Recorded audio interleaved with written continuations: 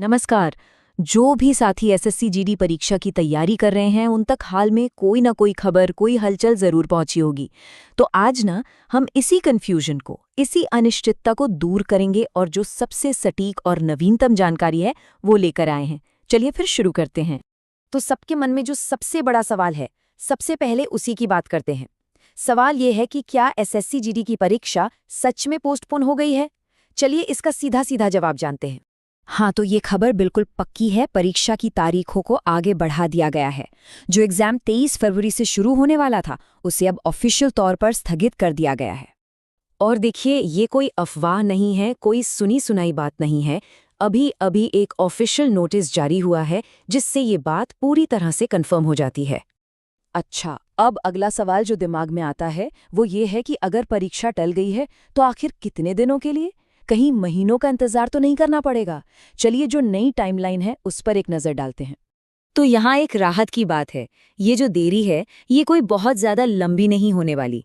हम मानकर चल सकते हैं कि ज्यादा से ज्यादा 15 से 20 दिन का ही फर्क आएगा। मतलब तैयारी का जो फ्लो बना हुआ है वो बिगड़ेगा नहीं।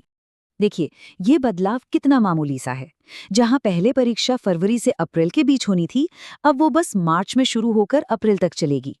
इसका सीधा सा मतलब है कि अपनी तैयारी की स्ट्रैटेजी में कोई बहुत बड़ा बदलाव करने की जरूरत बिल्कुल नहीं है। लेकिन रुकिए, ये जो ऑफिशियल नोटिस आया है इसमें सिर्फ तारीखों की बात नहीं है। परीक्षा के प्रोसेस में भी एक बहुत जरूरी बदलाव किया गया है जिसके बारे में जानना सभी के लिए इम्पोर्टेंट है।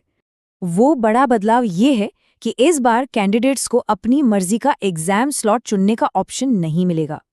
ये एक बहुत बड़ा चेंज है, क्योंकि पहले आप अपनी सुविधा से तारीख और समय चुन पाते थे, लेकिन अब ऐसा नहीं होगा। तो अब सवाल उठता है कि भाई ये स्लॉट सिलेक्शन का फीचर हटाया क्यों गया?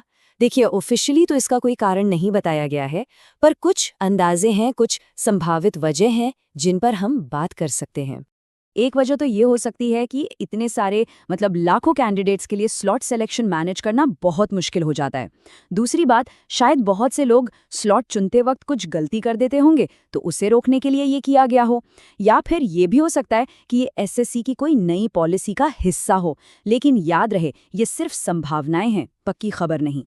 तो फिर अब होगा क्या? प्रोसेस काफ़ी सिंपल है। आपकी जो भी एग्ज़ाम डेट होगी उससे करीब 8 से 10 दिन पहले आपको पता चल जाएगा कि आपका एग्ज़ाम किस शहर में है, और एडमिट कार्ड जो है वो एग्ज़ाम से ठीक 2-3 दिन पहले ही आएगा।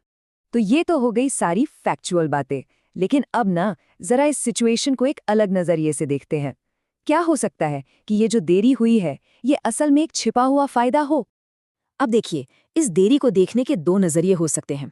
एक तो ये कि अरे यार, मोमेंटम टूट गया, अब और इंतजार करना पड़ेगा। और दूसरा नजरिया है एक मौके का। ये जो एक्स्ट्रा टाइम मिला है ना, ये मौका है उन टॉपिक्स पर काम करने का जो थोड़े कमजोर रह गए थे। ये मौका है बाकियों से एक कदम आगे निकलने का। तो बस इसी पॉजिटिव सोच को अपनाना है। ये जो समय मिला है इसे अपनी तैयारी को और मजबूत और पक्का बनाने में इस्तेमाल कीजिए। याद रखिए, हर एक एक्स्ट्रा दिन आपकी सफलता के चांस को सिर्फ बढ़ा रहा है, कम नहीं कर रहा। तो आखिरी सवाल बस यही है कि इस मिले हुए समय को तैयारी से सिलेक्शन में कैसे बदला जाए। अपनी स्ट्रैटेजी को एक बार फिर से देखिए, मॉक टेस्ट पर और ज़्यादा ध्यान दीजिए, और इस मौके का पूरा फायदा उठाकर अपनी जीत पक्की कीजिए।